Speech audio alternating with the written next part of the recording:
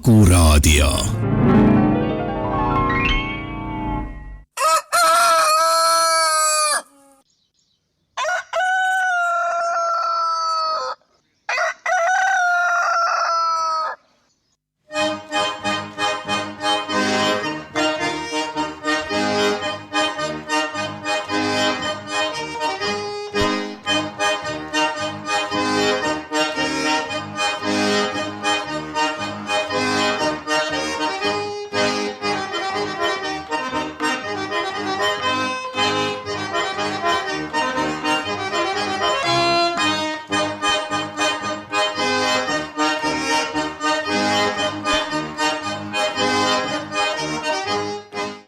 Stuudios on ajakirjanik Heimar Lenk.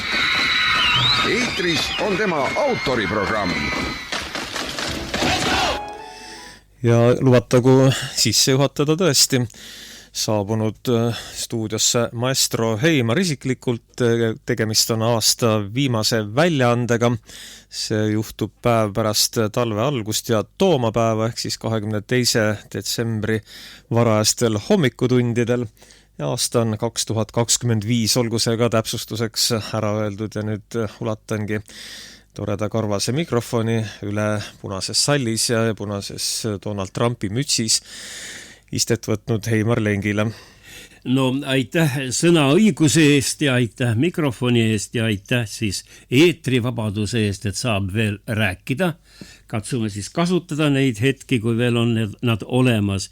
Ja lisan siia juurde, sa ütlesid, me oleme 22, 12, 25, eks ju, eetris. Ja siis oleme kohe jõulupühade nii-öelda eelõhtul ja järgmistele põlvedele lisan juurde, et väljas sajab vihma. Meil on selline siis jõuluootused, väljas sajab vihma, aga vist läheb ka natuke külmemaks kohe päeva ja 2 pärast. Et sellised jõulud on ja ma vaatasin seda järele, et neid vihmaga jõulusid on varem olnud ja tuli välja, ma küll ei hakka ette lugema, aga et Juhan Liivil on isegi üks jõululuuletus, et vihma sajab jõulude ajal. Ma pole varem seda tähele pannud, aga nüüd nägime. Ja siis me oleme jõuludega niimoodi taas iseseisvunud Eestis 34. aastal, tähistame neid pühi ja ütle mulle siis Meelis Käo, raadiomees ja eluga kursis olev inimene ja rahva seast käid palju ringi. Mis siis on? Mis meeleolu meil siis on? Mis meil on üldse siis? Kes me nüüd oleme 34. aastal? Ma ei tea, ma käisin siin tõesti paar päeva rahva seas päris kõvasti ringi, isegi talvepealinna avamisele sattusin ja hoolimata sellest, et praegu vihma sajab, õues ka siis ladistas vihma, oli hämar, tuul puhus, aga kuidagi tundus, et inimesed olid vähemalt hetkeks rahul olevad, sa muidugi tahad sellele vastu vaielda ja oled teinud niisuguse spetsiaalse aasta kokkuvõtte. Nii et ma arvan, et nii ja naa, et see käib võib-olla ka tund või päev korraga, et mõni päev on põhjust rõõmus olla ja siis kui hakkad jällegi neid uudiseid ja kainemalt argipäeva vaatama, siis hakkad isegi natuke muretsema. No jah, sa käisid Otepääl või?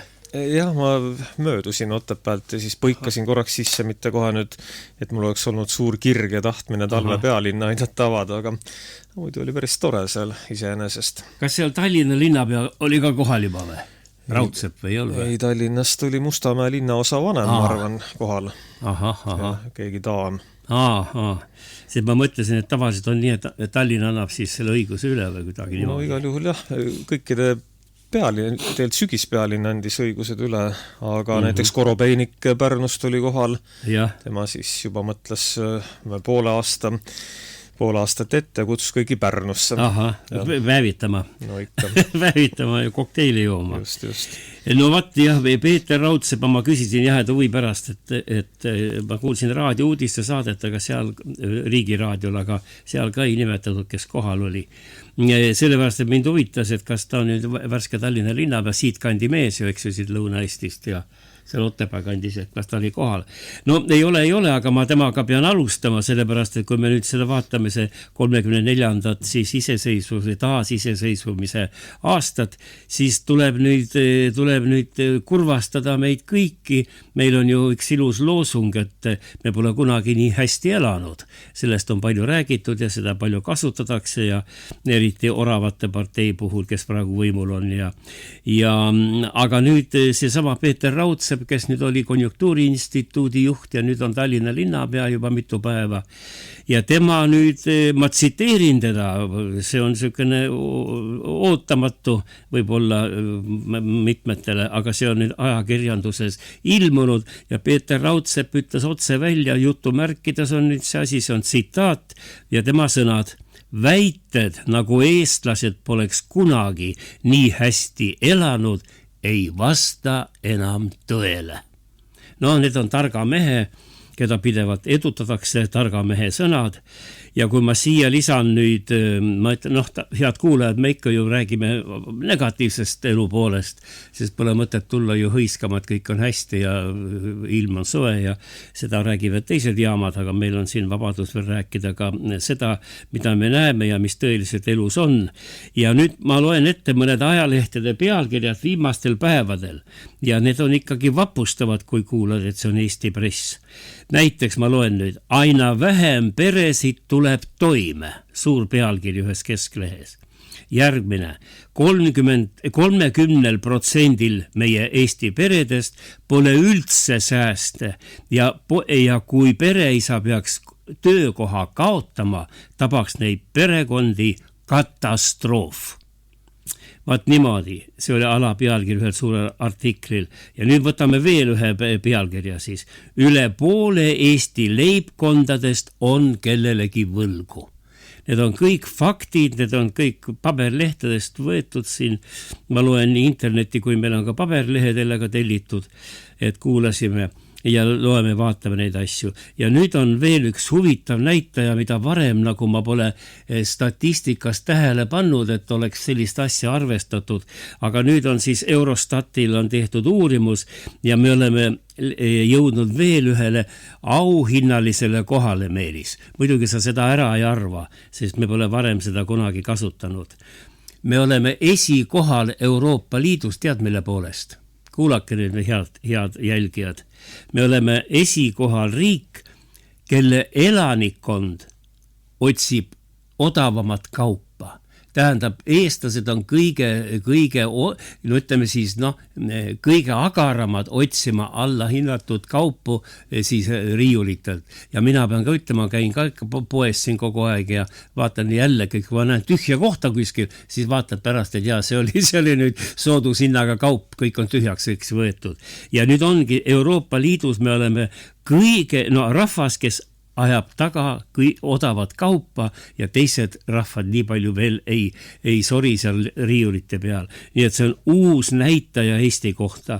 Odavamat kaupa otsiva elanikkonnaga riik.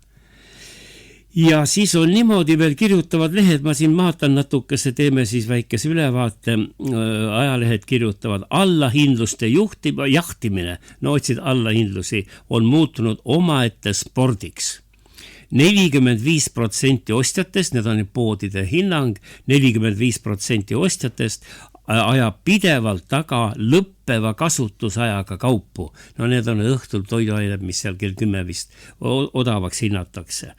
Ja meil on praegu siis 45 000 inimest, kes peab hakkama saama 450 euroga kuus. Ja 263 000, kujutage ette, suur arv ja elab meil vaesuses ja peost suhu. Ja nende inimeste leibkonna koosseisu arvestatav netosissetulek on väiksem kui 858 eurot. Võtame need kõik kokku, siis me võime panna ühise nimetaja või ühise pealkiri hädaorg, eks ju, kui neid loed. Muidugi on ka paremaid näitajaid, seal mõnel mehel läheb väga hästi ja üldse sõja ajal mõned inimesed saavad väga rikkaks ja mõned firmad kukuvad kokku, aga mõned saavad ka väga edukateks. Ja selle hädaoru taustal siis loed ja mõtled, et masendav on kuulda, kuidas Tartu linnapea, Reformierakondlasest linnapea paneb endale ligi 1200 eurot palka juurde, kui ta pole jõudnud veel tööle hakatagi. Pole midagi veel teinud, tahab kõike muuta, kõike paremaks teha, ise on juba aastakümneid kogu aeg linna juhtinud ja nüüd pannakse 1200 korraga. teine peab elama 858 euroga, aga tema paneb. Ja miks ma seda räägin? Sellepärast, et majandusajakirjanik Liina Laks, üks noor tütarlaps, kena näoga, pilt ka lehes, küsib Postimehes sellise küsimuse ja kirjutas repliigi seal, et milline kohutav nälg pani omavalitsusjuhid enne jõuluaega rahva käest palgalisa nuiama. Et omavalitsustele pidavat raha olema, ütleb Liina Laks, aga endale ja semudele preemia ja palgatõusude jaoks jätkub seda alati. Vanainimesele jõulukingiks raha ei jätku, teederemondiks raha ei jätku, aga paneme kohe 1200 endale kuus juurde. Ja nüüd on üks huvitav asi, pangem kõrva taha, mis on ka uus väljend nüüd juba, mida me vähe siiski kasutame, aga Liina Laks kirjutab ja ütleb, ma nüüd tsiteerin, see on jällegi jutumärkides tsitaat. Lisaks vaestele on Eestis tekkinud veel üks ülalpeetavate grupp. Et me vaesed peame ülal pidama soodustustega, aga nüüd on veel üks grupp inimesi, keda siis maksumaksja peab üleval pidama ja see on riigi aadel. Liina Laks nimetab seda riigi aadliks, ja tsitaat, riigi aadel ei saa ega suuda teisiti, kui peab raskel ajal ajama käe veel sügavamale maksumaksja tasku. Ja samal ajal me kaotame ära tasuta õigusabi vaesematele inimestele, korralike hooldekodu hinnad on lakke tõusnud, arstiabi kättesaadavus halveneb, kuna raha ei jätku. Ja meie saame nüüd siis ikkagi veel niimoodi, ütleme siis hõisata või viskame Euroopa Liitu näitajad välja, et meie keskmine palk jätkab kasvu. Keskmine palk on suurenenud. No kui üks klass riigi aadel paneb endale 1000 eurot kuus juurde palgale, loomulikult on see keskmise palga kasv väga suur ja jätab nagu väga hea mulje, aga üldse ma imestan ise ka, kuidas moodi seekord pärast kohalike valimisi kõik laiutavad rahadega. Ossinovski pani Tallinnas päev enne, kui ta kohalt ära pidi minema, sahtlit tühjaks tegema, virutas korraga koos 56 000 euro eest sõpradele preemiaid. No kas see on riigimehelik käitumine? No ma ei tea.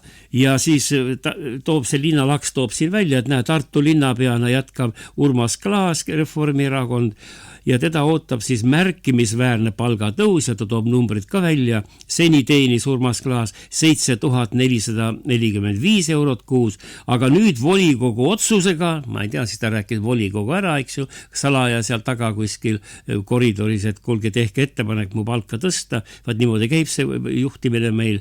Ja nüüd talle siis ta oli siiamaani 7445 eurot kuus ja nüüd pandi siis juurde talle 1200 kuskil ja nüüd on ta palk 1155 pandi juurde ja nüüd on ta palk 8600 eurot. No ikkagi jama mu meelest. Et miks see nii on, küsib ajakirjanik, noor ajakirjanik. Ja ta teeb veel kokkuvõtte, mis on huvitav, meil on 79 kohalikku omavalitsust ja kui võtta kirvemeetoodil, nagu Liina Laks kirjutab, et vallavanem saab keskelt läbi kuskil seal 6000 eurot kuus ja korrutada see vallajuhtide arvuga, saame, et maksumaksjad peavad mõnel pool vaid esindusfunktsiooni täitmise eest välja käima umbes 500 000 eurot kuus nende palkade peale. Ja aastas tuleks 5,7 miljonit pluss sotsiaalmaksud siia juurde ja kõik need. Et ühe sõnaga vapustav, kuidas me siin elame, ei jätku meile, ma ei tea, kuhugi enam raha ei jätku mitte midagi. Muud ei olegi uudistes, kui on raha jutt. Seda ei jätku, aga siis oma palgalisale jätku. Ja Liina Laks, ma lõpetan selle teema ära nüüd kohe, Liina Laks teeb järelduse ja see on ka huvitav asi, mida varem keegi pole öelnud. Muidugi meie siin raadios ei kutsu üles seda tegema, aga ajakirjanik nagu mõtiskleb selle üle. Et ja nüüd tsitaat, kui meil jätkub praegusel ajal raha sellisteks investeeringuteks, nagu vallavanemate kõrged palgad, see tähendab vaid üht. Tsitaat, me oleme rahvana liiga palju makse maksnud. Kassades ajab raha üle ja makse tuleks langetada ja rahvale raha tagasi anda, ütleb siis noor ajakirjanik. Ja selle lõigu lõpuks nüüd Maalehest on tsitaat, midagi pole parata, laiutab Valgamaal elava suure pere ema Kadri Toomsalu käsi. Kogu minu pere raha läheb toidule ja maksudele. Kinke sel aastal keegi lastest ei saa. Vaat nii elab üks pere ja Urmas Klaas virutab endale 1156 või 55 eurot juurde. Ja niimoodi ongi, ja kui me hakkame mõtlema, et kus see kõik see pull on tulnud, niimoodi need maksud üleval, ja praegu täna kuulan uudised järgmisest aastast, nüüd mõne päeva pärast tõusevad jälle aktsiisid toiduainetele seal mitmetele, siis mõtled, et miks see nii on, aga siis hakkad mõtlema ja meenutama, tuleb välja, et ju Kaja Kallas, kui ta peaminister oli, sättis need maksud kõik valmis ja siis tuletame meelde, kuidas ta oli. Ta tuli ja ütles ju rahvale, et vaadake minu huultelt ja maksud ei tõuse mitte mingil juhul ja nüüd on iga nädal tõusevad maksud. Meelis paneme käima, me oleme seda kord juba sel aastal kasutanud seda helilõiku, aga meenutame, kuidas Kaja Kallas meile Riigikogu kõrgest toolist rääkis. Maksud ei tõuse, kuulame. Kuna te mõistate ainult lihtlauseid, siis kordan üle ja lugege mu huultelt. Maksud ei tõuse, punkt. Maksud ei tõuse, punkt. Kuna te mõistate ainult lihtlauseid, siis kordan üle ja lugege mu huultelt. Maksud ei tõuse, punkt. Kuna te mõistate ainult lihtlauseid, siis kordan üle ja lugege mu huultelt. Maksud ei tõuse, punkt. Maksud ei tõuse, punkt. Kuna te mõistate ainult lihtlauseid, siis kordan üle ja lugege mu huultelt. Ja vaata, kui ikkagi ülbelt Kaja Kallas rääkis Riigikogu liikmetele, parlamendisaadikutele, ütleb, kuna te lihtlausetest ainult aru saate, keerukamat teksti pole mõte ütlet lugeda.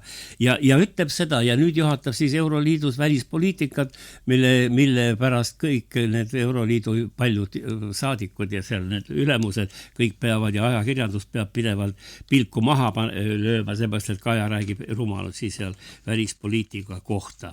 Ja veel üks huvitav asi, Meelis, võlanõustajate liit andis teada, meil on need kiirlaenud, need on ju hukka mõistetud, inimesed võtavad kiirlaene ja nüüd see võlanõustajate liit ütleb, et kui veel varem aasta tagasi võeti kiirlaene näiteks mingisuguse reisi korraldamiseks taheti lõunamaale sõita või midagi, mõni ilus asi endale osta, milleks raha hetkel ei ole, võeti kiirlaenu, siis nüüd üha rohkem peresid võtab kiirlaenu kuu lõpus, et perekonda ära toita. Jällegi uus fakt, mida varem pole räägitud. Ja et me näeme siin tänases saates terve rida uusi mõisted, isegi on tulnud riigi aadel juurde ja tulnud mõisted ja näeme, et võetakse kiirlaenu juba selleks, et süüa ja lastele toitu anda. No asi on nii hull, et Nipsumees on selline ansambel, ma ei tea, see on see AI või? Seda ansamblit olemas ei ole, tähendab või? Sa oled kursis ju? No ma olen nii palju kursis, et seal ilmselt ikkagi keegi inimene on selles mõttes taga, kes teksti loob, aga esitajaks tõesti peaks olema AI. Ei, ongi, ja nii tõetruud laulud ja ilusad lood ju kõik. No ongi, ega viimasel ajal ongi need vaatad paremad kui päris inimeste tehtud. Jaa, mis see viimane lugu oli? Mina pole kuulnud, sa ütlesid. Üks kõige uuem laul, mis on tehtud, no tegelikult see ei ole Nipsumees, aga see on siis üks teine sinu lemmik Estlink, kelle lugusid sa oled ka siia saatesse toonud. Johnny koos Estlinkiga ja pealkirjaks oli Kaua veel taina pead mees. Ma soovitan seda videot vaadata, see on päris naljakas, seal on AI pannud meie kuulsad poliitikud ka lahedat tantsu vihtuma, eriti meeldib mulle, kui Igor Taro areenile astub, siis tuleb kohe väga suur naljatuju peale. Muidugi seesama Kaja Kallas ka, kellest sa siin juba rääkisid. Siis ma pean vaatama seda, kaua veel taina pead meid juhivad, eks ju. Ja seal isegi pannakse mõnele inimesele tainast pähe, nagu näiteks peaministrile. Ma vaatan selle järgi. Aga täna mängime siis Nipsumehe seda laulu, mis oli Kaja kohta kirjutatud, et lugege me huultelt ja meenutame siis mööduvat aastat.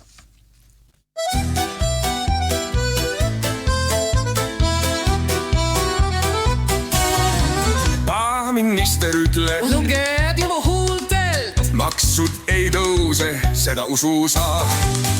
Huultelt me lugesime, pettumuse saime, rahakotist vastu vaatavad pääministri lubadused.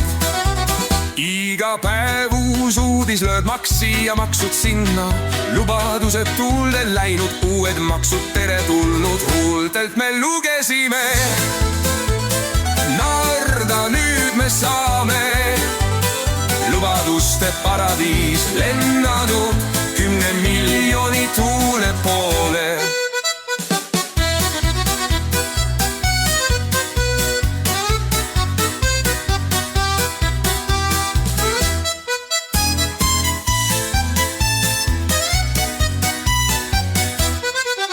Pea nüüd meeles kõike saad, keda usaldada saad.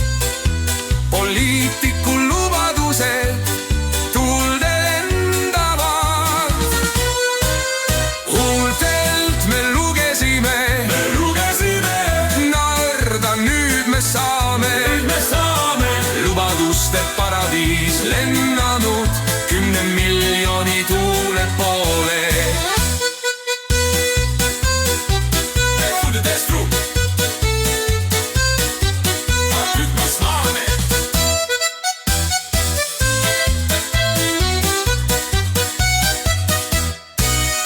Las nad räägivad, mis räägivad, järgmised valimised tulevad. Mäleta veel seda hetke, kui su usk löödi mättasse. Nüüd me targemad ja teame selgelt seda. Ära usu juttu sa, vaata mis on tehtud ka. Huultelt me lugesime, Narda nüüd me saame. Lubaduste paradiis lennanud 10 miljoni tuule poole. Eestlane ei alistu, naerab kõige selle üle. Pea meeles nüüd hästi, keda uskuda sa võid.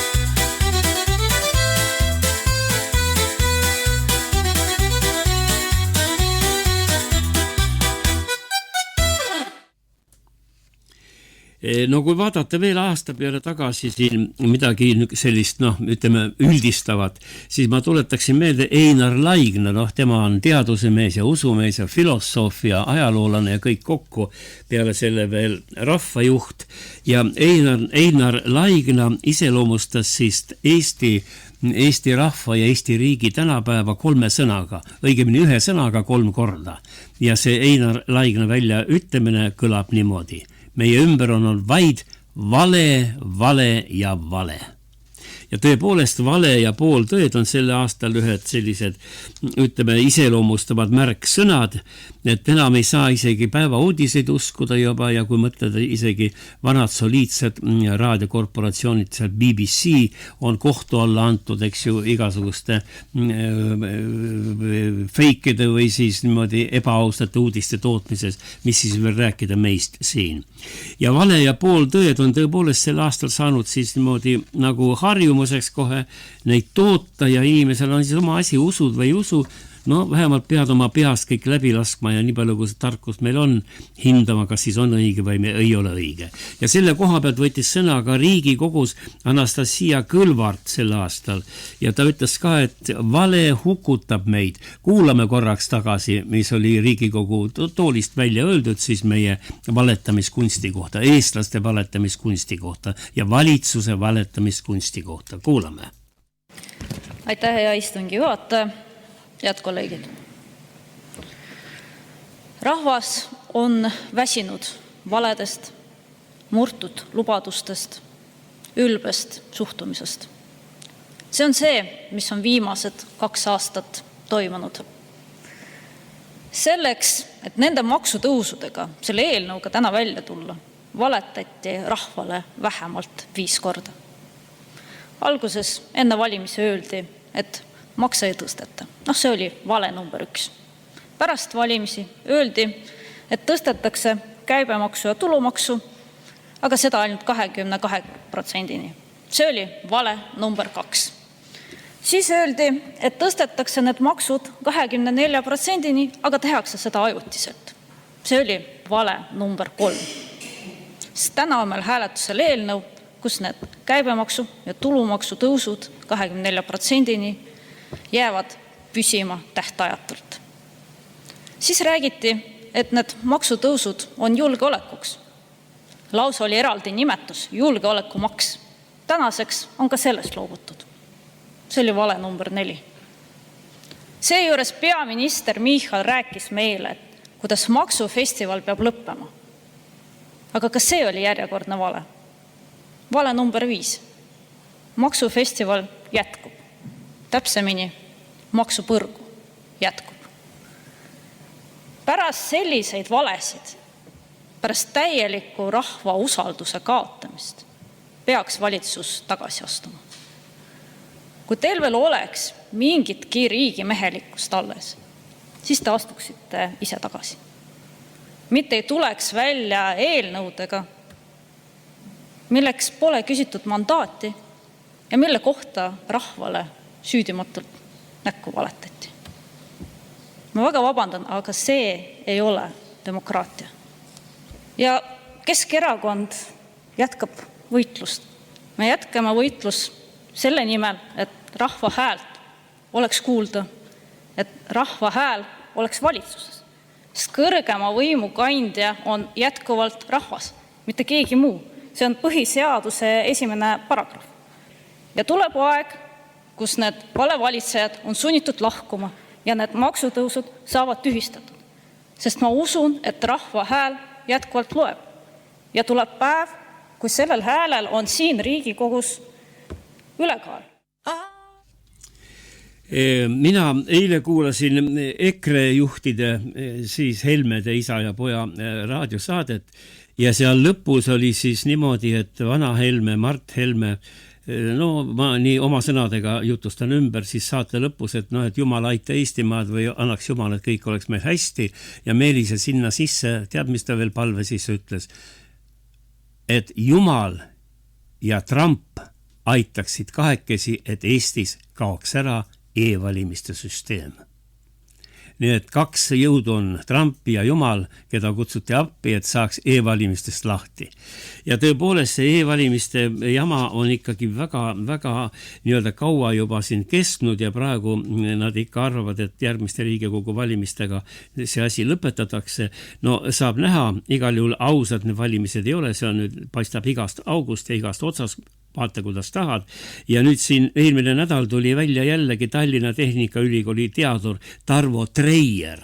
Tema siis uuris e-valimisi, nüüd oli tal pikad artiklid lehtedes ja seal ta ütles niimoodi, et uuris ja tõestas ära muidugi, et praegune tehakse e-valimised, aga kontroll ja auditeerimissüsteem ei võimaldagi kontrollida. Et ei saagi kontrollida, kuigi nagu audiitorid tulevad ja istuvad ja peaks nagu vaatama, kas kõik on õigesti, tähendab, mitte midagi kontrollida suurt ei anna, tuleks kõik see asi ümber teha ja peale selle on niimoodi, et audiitoritele ei anta kätte ka kõiki neid koodisid seal ja nad ei saagi seal eriti ise arvutites jalutama sinna minna, nii et patsiga poisid endist viisi võivad rahulikult 1200 hääle asemel vajutada nupu peale ja kirjutada 3400 häält näiteks kellelegi sealt, ma ei tea kellele. Ja isegi huvitav on see, et isegi Postimees, kes praegu ikka on nagu kogu aeg kaitsnud need e-valimisi, isegi Postimees oma juhtkirjas soovitab kahtlejail minna nüüd.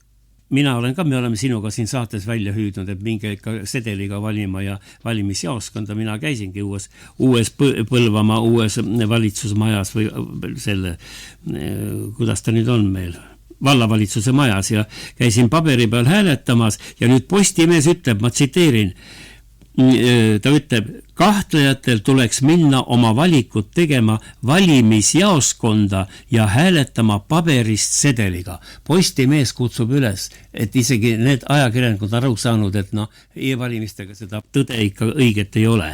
Ja palju on nende teema öeldud sõna siin aasta jooksul, palju on ära tõestatud, et need e-valimised on põhiseaduse vastased ja tuleb välja, et nüüd viimane viimane uurimus ütleb, et 50% meie Eesti valijatest ei usalda elektroonilist valimissüsteemi. Ja Lauri Laats, Riigikogu liige, võttis ka sel teemal mitte Riigikogus, ta võttis lihtsalt sõna raadiosaates. Kuulame, mida Lauri Laats ütles selle kohta, e-valimiste kohta. Paneme käima, Meelis. Kuule, aga kui me tuleme korraks tagasi sinna valimiste juurde ja usalduse juurde ja et see, et meil 1/3 inimesi lihtsalt ei käi valimas, siis tegelikult seal lisaks sellele on meil väga suur umbusk e-valimistesse. 50% ei usalda e-valimisi. Ja see loomulikult täiendab, ma arvan, veelgi seda poolt, kus on siis 1/3 meie potentsiaalset nii-öelda valijatest, kes ei käi valimas. Ehk siis see olukord, mis tekitati 20 aastat tagasi, see ei ole nagu seda valimit tõstnud ja vastupidi on tekitanud sellises ühiskonnas lõhe, kus siis läbi selle, et ei usaldata valimissüsteemi, tegelikult ei usaldata ka institutsioone. Ja nende inimeste hulk tegelikult on väga suur. Ja selle küsimusega ka ei soovita nagu tegeleda, et me alles Riigikogus menetlesime Keskerakonna fraktsiooni poolt esitatud ettepanekud, mis puudutab siis erikomisjoni moodustamist, et välja selgitada siis e-valimiste olemust ja turvalisuse aspektist ja kõik nii edasi.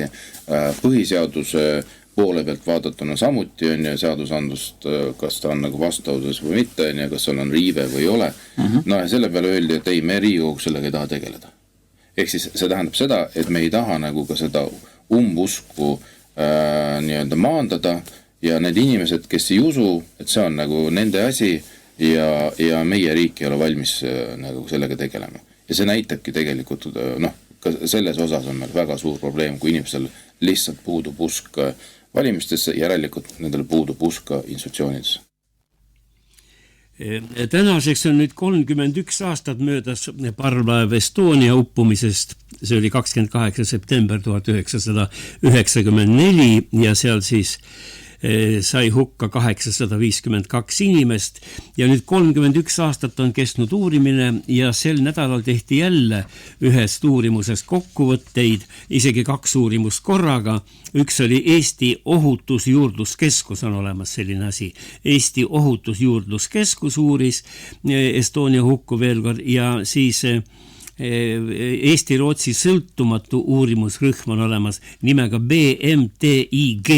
Ma küll ei tea, mis need tähed täpselt tähendavad, aga niimoodi see uurimusgrupp ennast nimetab ja mõlemad siis uurisid, tegid kokkuvõtteid ja ametlik see Ohutusjuurdluskeskus ütles, et kõik on samamoodi nagu vanasti ja seal uuriti seda auku, mis siin vahepeal ju laeva keres avastati ja eestlased ütlevad, et see auk tekkis sellest, et laev kukkus vastu seda merepõhju, seal, kuigi seal on liivane põhi, aga rootslaste komisjon jälle tõestas, et kahjustused selle laeva tüürpordi küljel ei saanud tekkida merepõhjaga kokkupõrkel, sest kahjustuste see kuju ja energiavajadus nii suureks kahjustuseks viitavad kõrge energiaga kokkupõrkele siis vee peal.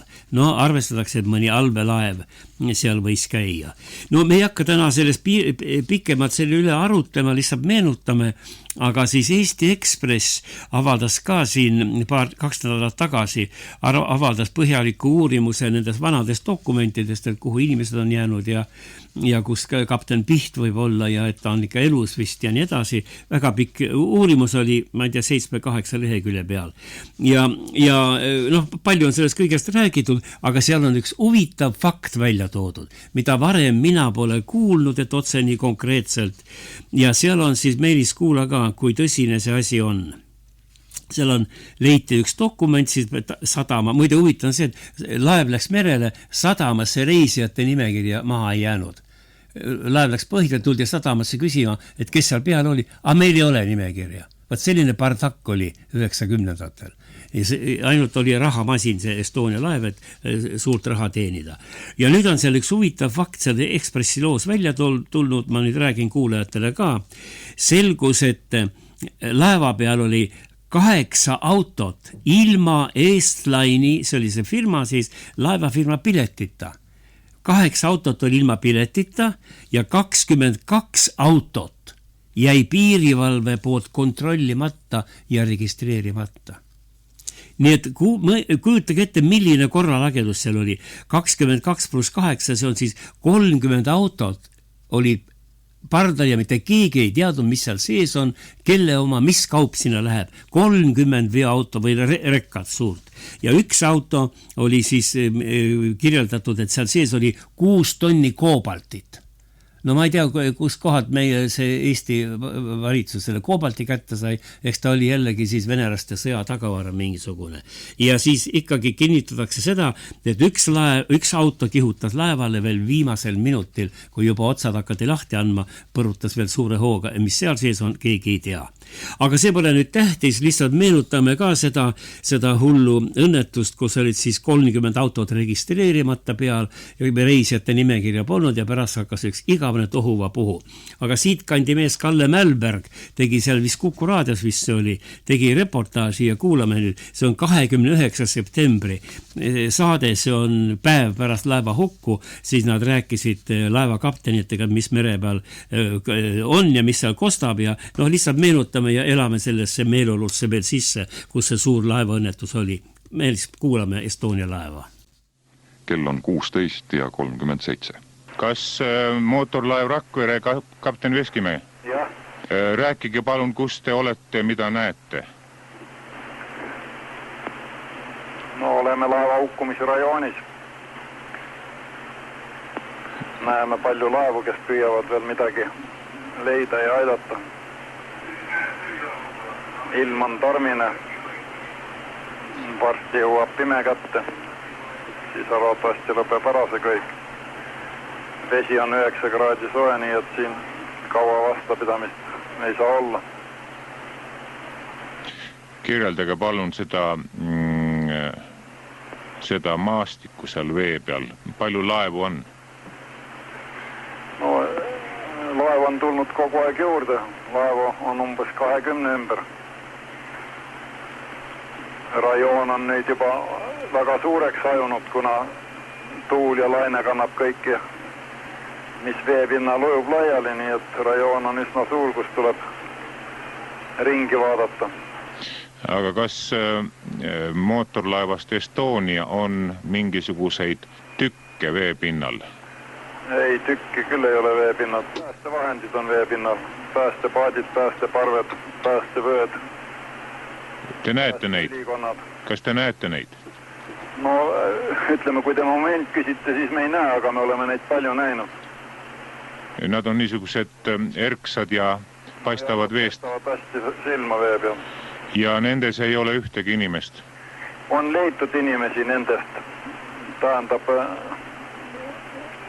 mitte enam elusalt, aga üldiselt väga vähe.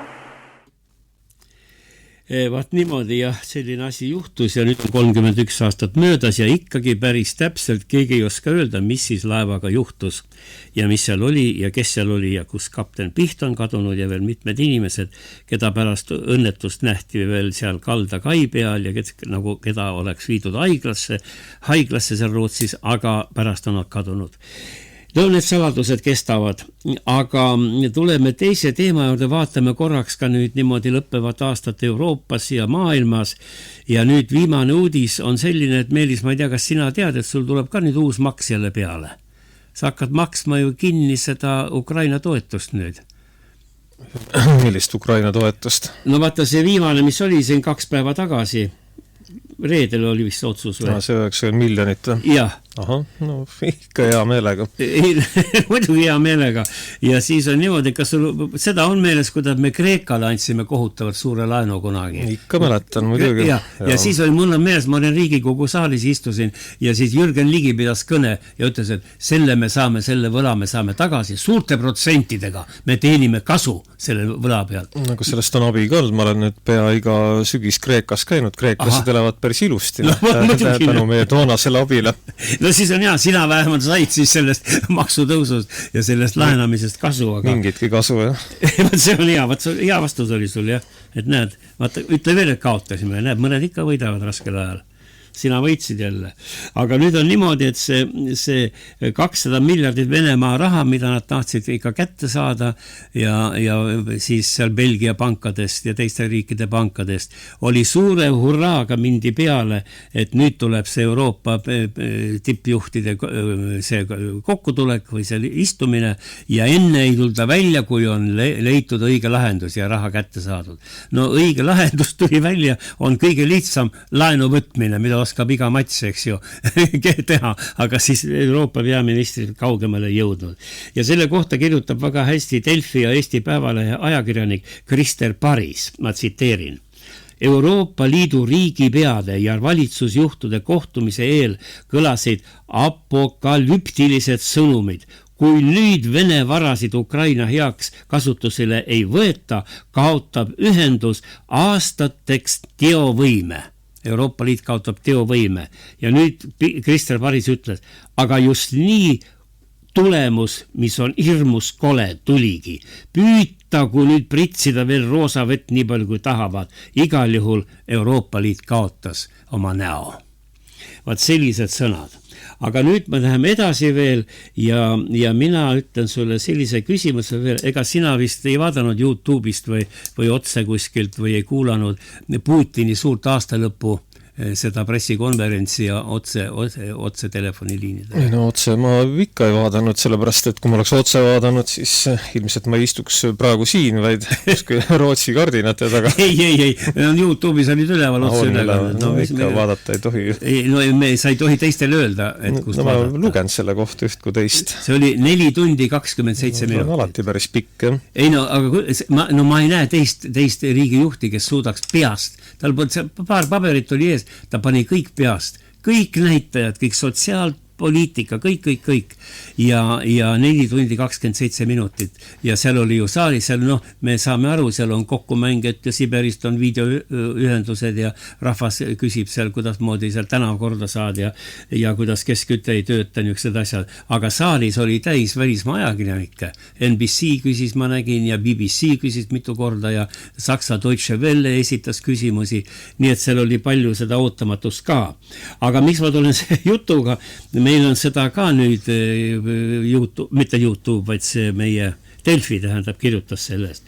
Seal ju Vladimir Putin nimetas ja solvas ära kõik Euroopa riigijuhid. Need lääne riigijuhid ja tead, kuidas ta neid nimetas või? Sigudikeks. Nii, ma loen sulle ette. Seesama Paris Päevalehes kirjutab veel, kuidas president Vladimir Putin nimetas oma kõnes Euroopa juhte kesikuteks. Nii, ja siis ta ütleb niimoodi, Putin kasutas neid armsa välimusega loomi halvustavas kontekstis. Just seda aga venekeelne termin potsvinok on ta vene keeles, tähendab teismelist siga, põrsast suuremat, kuldist emisest väiksemalt, kui notsu oleks veel justkui armasakene öelda, siis kesik tormab ringi, mõistus peal ei ole tal ja teda nummatakse vaid selleks, et tapale saata. Tema lõpp on lähedal. Ja nii iseloomustas siis Putin Euroopa riigijuhte ja need olid muidugi kohutavad solvunud ja nüüd siis Paris ka küsib, et näed, see Prantsusmaa president Macron tegi ettepaneku Putiniga kohtuda ja nad vist ka kohtuvad, et kuidas nad siis nüüd laua taha istuvad, kui ühel pool on Putin ja teisel pool on siis kesik Macron, et mis sellest välja tuleb, ei tea.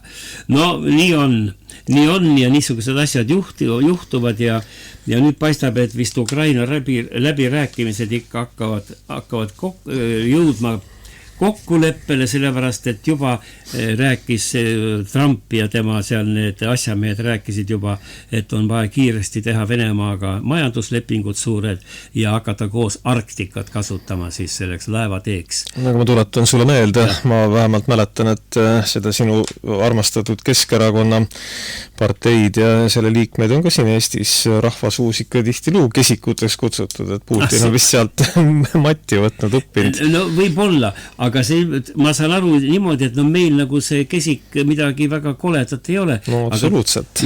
Aga tuli välja, et Venemaal on siis see potsvinok on siis niisugune räige väga halvustav sõna.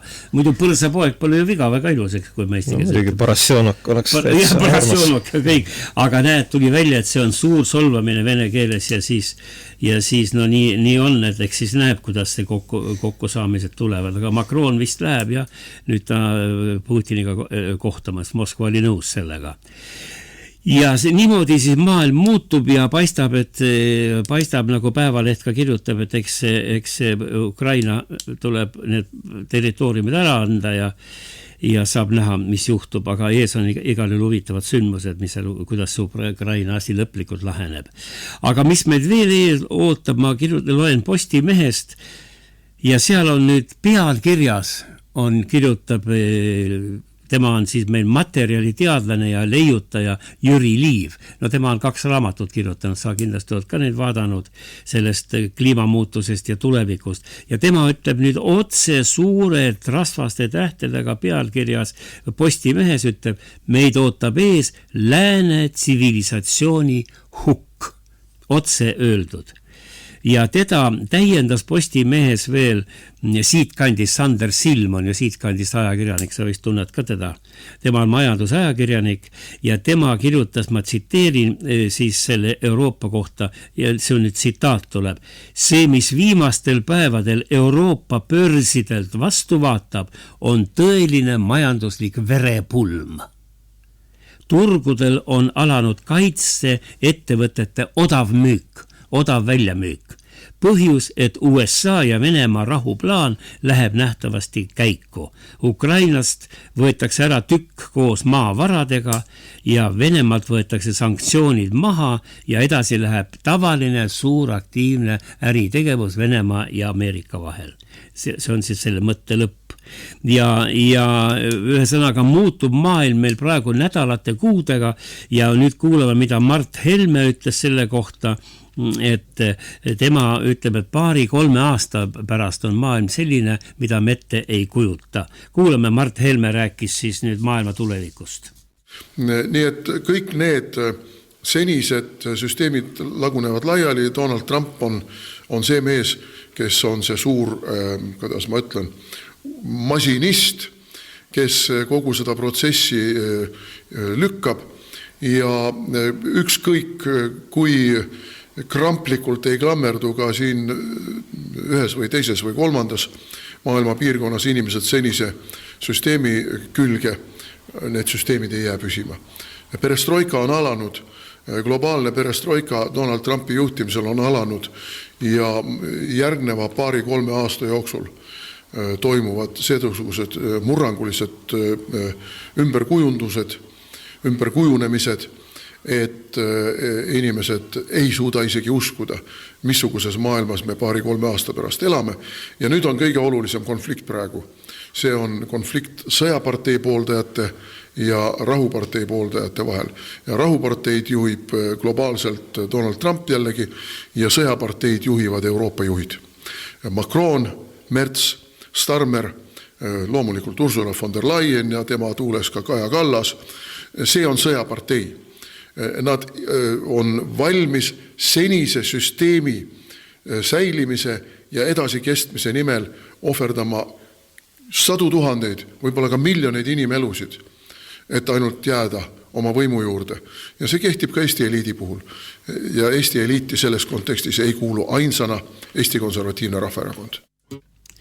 Vaata, selline seisukoht oli siis Mart Helmel, tema on siis EKRE aseesimees ja huvitava mõtte, nüüd ma toon siin saates näed viimaste päevade põnevaid mõtteid välja, tuli ka Moskvast ja jällegi Putini suust läbi tema pressiesindaja ja tuli välja selline mõte, ta ütles otse Euroopa poole pöördudes, et teie räägite Merz, eriti Saksa liidu kantsler, et me peame valmistuma sõjaks, kosuma ja 2-3 aasta pärast läheb NATO nagunii Venemaaga sõtta või Venemaa NATOga sõtta. Ja Putin küsis siis niimoodi, et aga kuidas te kujutate ette sõda NATOga, kui NATO juhtriik, Ameerika Ühendriigid, on meil praegu parim äripartner. Et kuidas te lähete siis? Ameerika on vastu ja teie hakkate siis Venemaaga sõtta minema või? Ja seda mõtet pole varem keegi välja öelnud ju tegelikult, sest sõjapartei tõepoolest me praegu Euroopa Liidus on kogu aeg kosume raha, Eesti hakkab ka maksu maksma, et anda sellele Ukrainale relvi juurde. See tähendab sõja jätkumist. Aga samal ajal NATO juhtriik ütleb, et aeg on lõpetada ja tuleb läbi rääkimised teha ja rahu tuua. Oli ju aeg meil veel 22-23 oli nii, et rahust ei tohtinud rääkida, see oli keelatud väljend meil siin, et ainult Ukraina võit. Et sellised mõtted tulevad pähe. Ja veel üks ootamatu asi, minul oli see ootamatu uudis, et nüüd on meil need telefonipetised ja kõik, kes petavad suuri rahasid välja rahva käest ja inimesed lähevad alt ja need on väga peened süsteemid, nii et sa võid tõepoolest ikkagi ka targemad inimesed, kes on arvuti ja telefoniga hästi kursis, ka nemad on summasid kaotanud. Ja nüüd tuli välja, siis meie uudis on ka selle kohta tehtud Delfis vist oli või oli see Postimehes, et nüüd paljastati suur tegelik võrgustik, kes põhiliselt tegeleb selle raha välja petmisega ja nende keskus on Ukrainas, Dnipro linnas, Kiievis ja Ivano-Frankivskis või Ivano-Frankovs oli ta vanasti, eks ju, kus on siis 100 inimest on seal tööl ja siis need petavad neid toetusi välja rahva käest. Ja veel üks teine asi on huvitav, selle kohta nad mitmed uudised võib-olla pole tähele pannud sina ja meil Eestis on sellest vähem räägitud, aga on hakatud, Lääne-Euroopas on hakatud nii-öelda taganema sõnast jõulupidu, lihtsalt talvepidu. Oled sa pannud tähele või ei ole kuulnud sellest? Ma ei ole seda tähele pannud, küll ma olen tähele pannud, et siin Põlvas on üks teist aastat nüüd tore aastalõpu käsipalliturniir, väga huvitava süsteemiga seda peetakse, kui ta eelmine aasta oli nääripall, siis see aasta teatud jõudude survel loobuti nääripallist ja mõeldi, et võiks olla hoopiski verivorsti karikas. No vat, näed. Ja see on muide sama teema jätkuks ja samal teemal ja põhjus on see, et jõuluturud on nimetatud mõnes linnas ümber talveturgudeks, no Tallinnas veel ei ole, meil ei ole neid moslemeid nii palju, aga tuli välja, et need sisserändajad, migrandid on pahaks pannud, et jõulupühasid niimoodi tähistatakse, pealegi nad näevad seal patuseid asju, seal liha söömine ja sea tapmine ja verivorstid ja moslemid ei ole kuidagi sellega rahul ja see solvab neid ja seepärast, et oleks rahu linnades, ärme siis jõuluturuks nimetame ta talveturuks. Et see on väga huvitav. Näiteks Pariisis on tühistatud isegi uus aasta avalik tähistamine, see meie Delfis oli uudis, et mitte pahandada siis moslemeid, kellel on ajad kõik teised ja kes on siis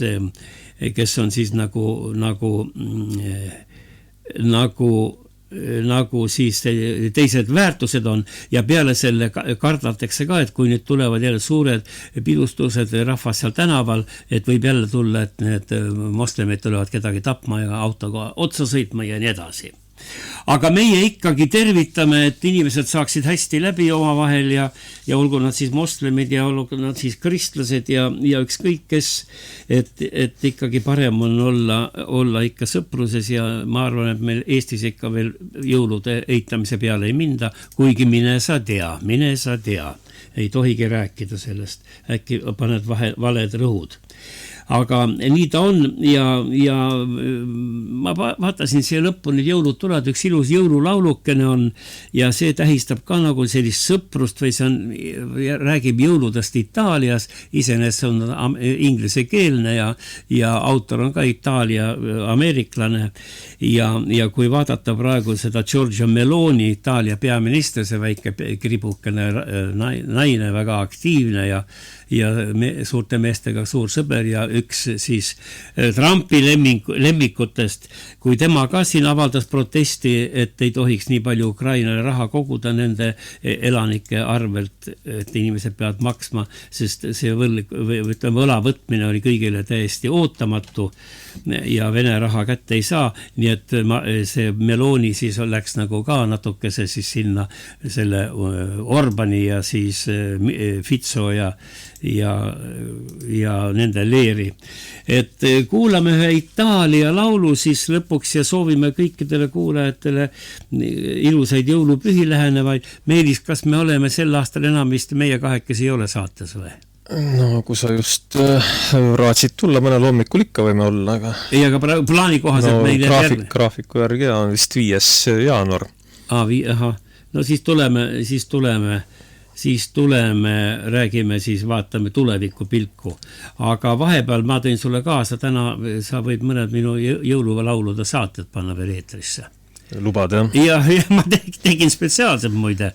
Spetsiaalselt Kagu raadiole kohandasin. Ma kasutasin oma arhiivi vanu lõike. Ma olen elus nii palju need jõulusaateid teinud ja siis tegin kokkuvõtte. Kuidas nüüd öelda, kokteil ilus, jõulukokteil, paar saadet ja uue aasta ja nii edasi. Ja nüüd on siis niimoodi, et lõpetame tänase saate, soovime kõigile head, vaatame ikka positiivselt tulevikku ja vähemalt üks hea uudis peaks ikkagi tulema, sõda peaks lõppema. Ja nagu ütles ka Mart Helme eile oma raadiosaates, et kui nüüd rahuleping tehakse, siis võib ka Eesti ja Baltikum vähemalt 20 aastat väga rahulikult elada, siis mingit uut konflikti ei tohiks tulla siin ja Venemaal pole vaja seda uut sõda. Aga kui Ukraina sõda jätkub ja see paistab ikkagi Venemaa võiduga ja Ukraina taandumisega, et siis on niimoodi, et siis võib see sõja meeleolu jätkuda ja see on meile palju ohtlikum, et parem kui see rahu tuleks. Nii et Meelis Käo ja Heimar Lenk tervitavad raadikuulajad ja soovivad häid jõulupühi. Kõike head teile!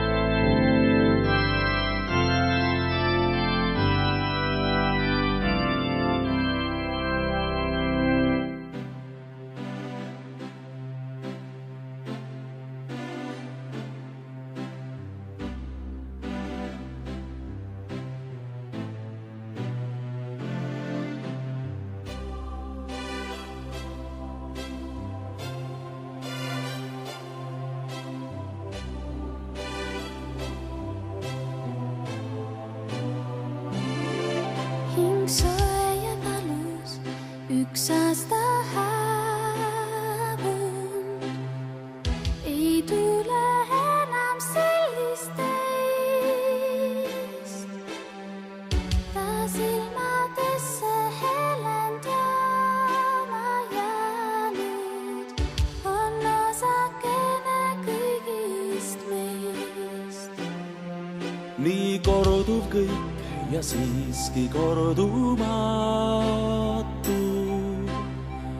on iga mööda läinud päev. Sel öölsel nähtamatul lävepakul neid hoopis uues seoses näen. Sel ööl head sõbrad ainsalt soovi, teil olgu uue aasta algust nii sama pidulik ja kaunist, kui kuusel kumav külla valgus, kui kuusel kumav külla valgus. 20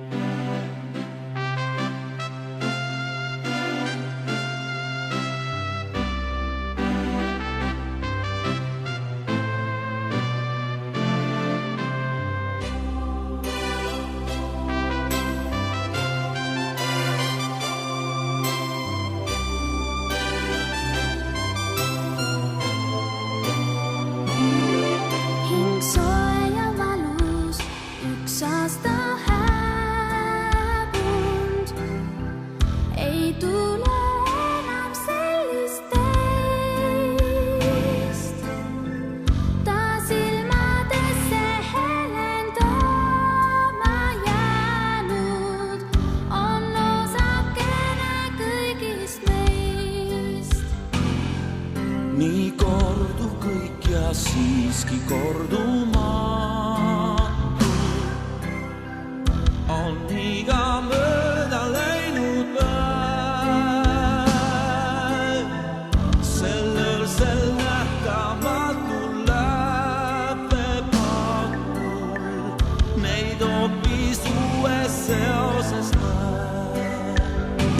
Sel ööl head sõbrad vaikselt soovib, teil olgu uue aasta algus, niisama pidulik ja kaunis, kui kuusel kuumal külla valgus, kui kuusel kuumal külla valgus.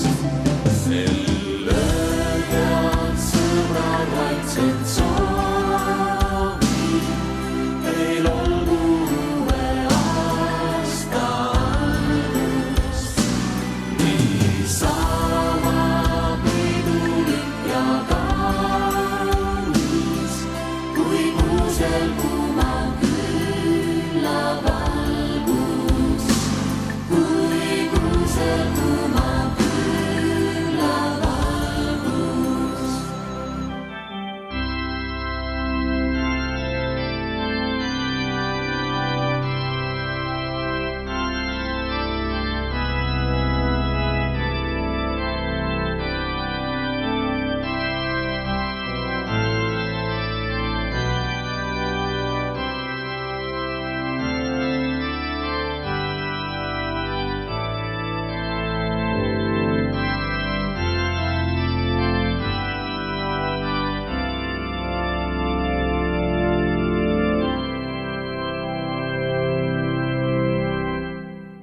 Stuudios on ajakirjanik Heimar Lenk. Eetris on tema autoriprogramm. Kagu Raadio.